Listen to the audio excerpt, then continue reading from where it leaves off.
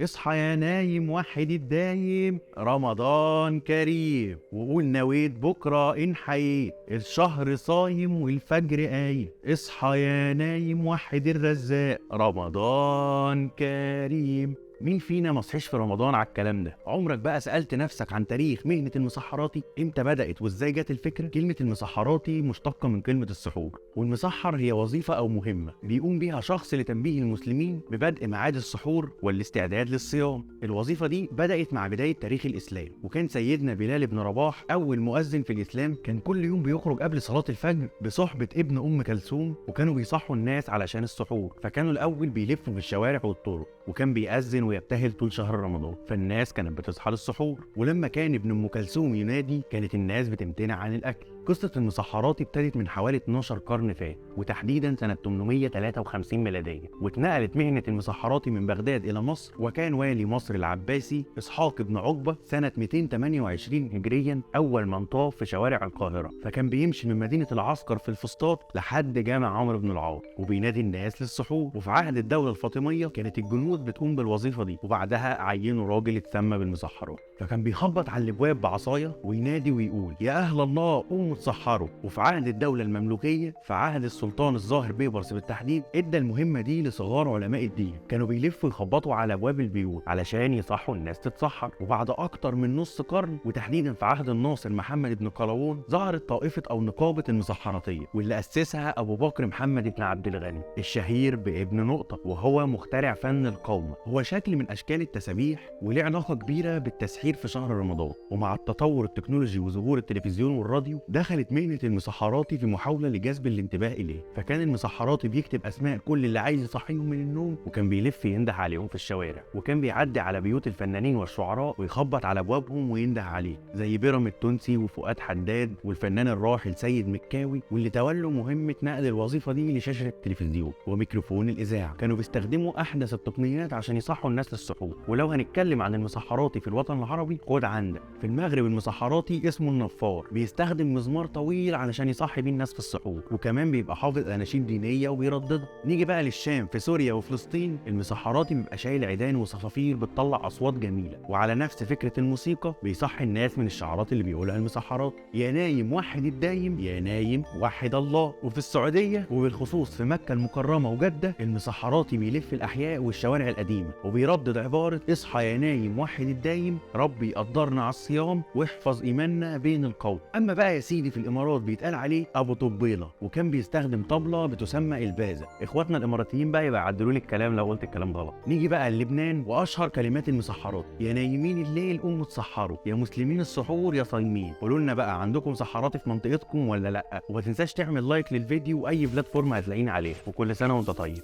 وبس كده.